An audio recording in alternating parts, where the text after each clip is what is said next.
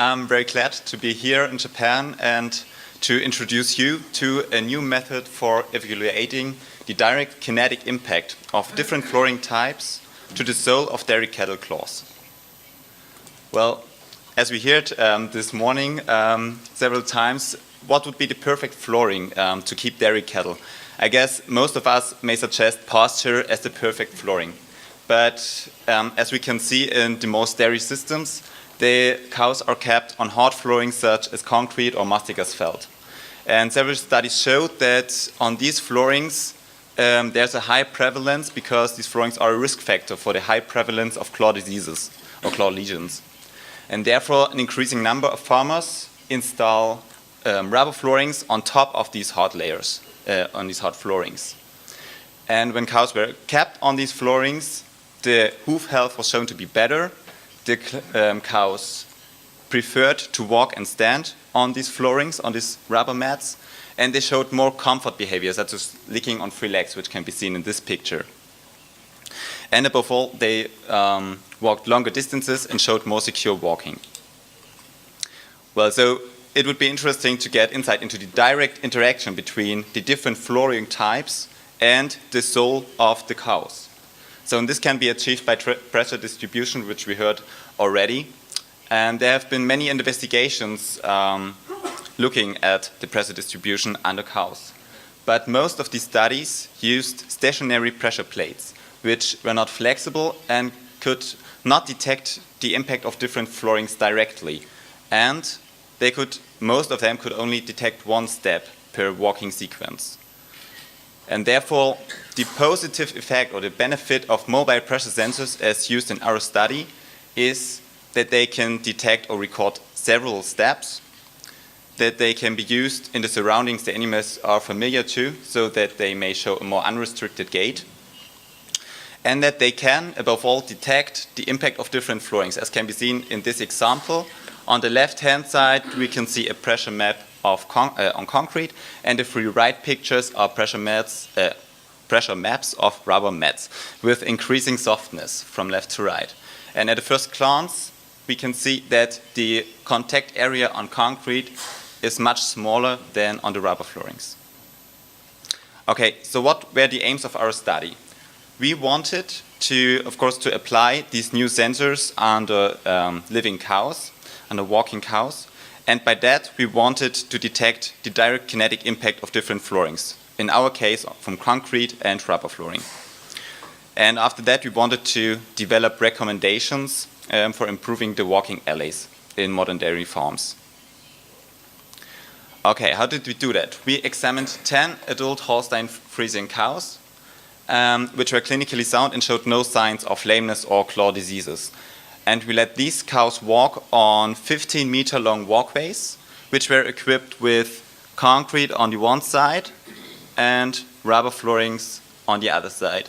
And the rubber floorings we used were the Cura P mats from Cryborg Elastic, which many of you may be familiar to. The measuring system we used was the Texgen hoof system, which consists of thin piezo.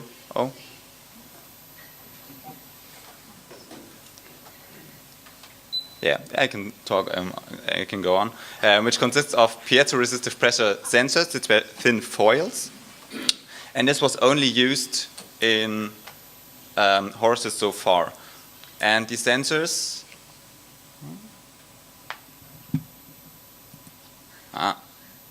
And the sensors have the benefit not only to be thin and flexible, but they can be also cut to the shape of the claws.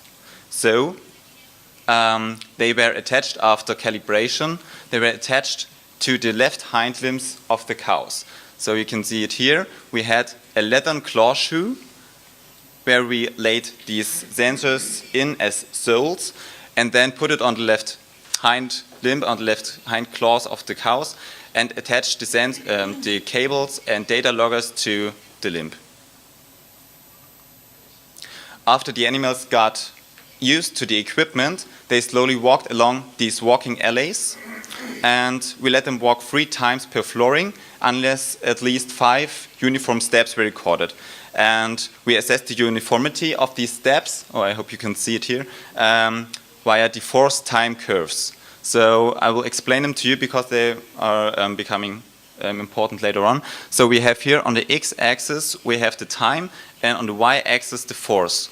So we have here the force time curves of every single step, and then we could assess, you may have to believe me because you can see it, if there were 5 uniform steps. Okay, so here you can see a video of the cow walking, and oh, it's not synchron, but it was when we measured it. And so we had the pressure maps of the claws, and here the force time curves on the bottom. Okay, so for recording, processing, and analyzing, we used the HoofScan software from TechScan also. And we compared the tested parameters not only between the 2 floorings, between concrete and rubber, but also between the lateral and the medial claw. And the analyzed parameters were the force balance between the lateral and the medial claw, the loaded area, as well as the mean and the maximum pressures. And furthermore, as I said before, we analyzed the force time curves, and here we have these 5 chosen steps. And before analyzing them, we had to average them over the 5 steps, so we have one mean force time curve for these 5 stance phases. Okay, I hope you are now interested in the results. And in the following box plots, you will find the concrete data in light gray and the rubber data in dark gray. So first, talking about the force distribution. The force was unevenly distributed between the lateral and the medial claw, which we heard before and which was stated for bovine hind limbs before. And the lateral claw was loaded higher than the medial claw, and this was for concrete and for rubber flooring. This was the same. Next, the loaded area. This was much smaller, this was significantly smaller on concrete compared to rubber flooring for the lateral and the medial claw. But as you can see, and as we have to admit, these differences were not as big as we expected it. This can maybe traced back to the soft leathern claw sole of these claw shoes. So this soft sole may have diminished the differences between the soft and the hard floorings. But still we found significant differences, and they become even more clear when looking at the pressure loads. So we have here the mean pressure loads on the upper picture, and they were higher, significantly higher on concrete than on rubber, and this is the same for the lateral and the medial claw, and also the maximum pressures were higher on concrete compared to the rubber flooring. The force time curves averaged over the 5 steps mainly showed a biphasic course. This was also stated before, and the maximum peaks were at about 30 and 80% of the stance phase. And we could not find any differences between the concrete and the rubber flooring. So as you can see here, we have in gray the concrete values and in dark gray the rubber values, and they did not differ significantly from each other.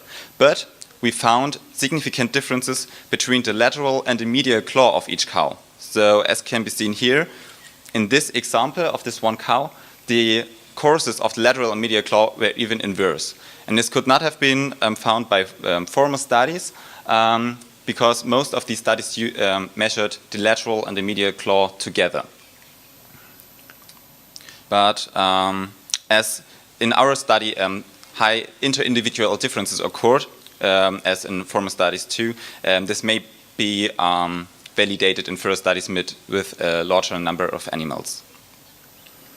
Okay, but after all, we could successfully apply these mobile sensors under live carried dairy cows, and they were quite easy to handle and allowed us to record a larger number of steps.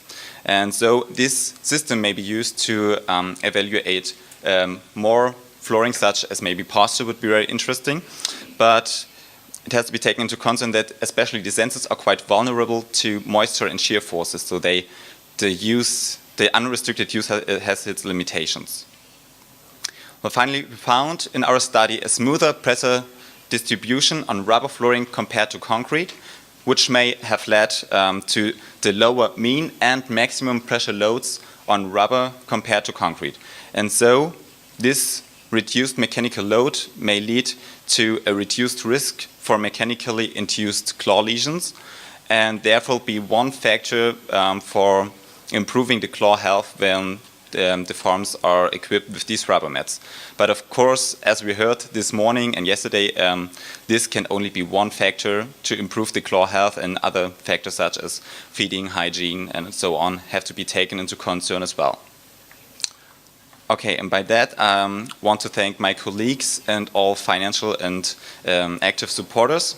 And I want to thank you for your kind attention. And I'm waiting for your questions.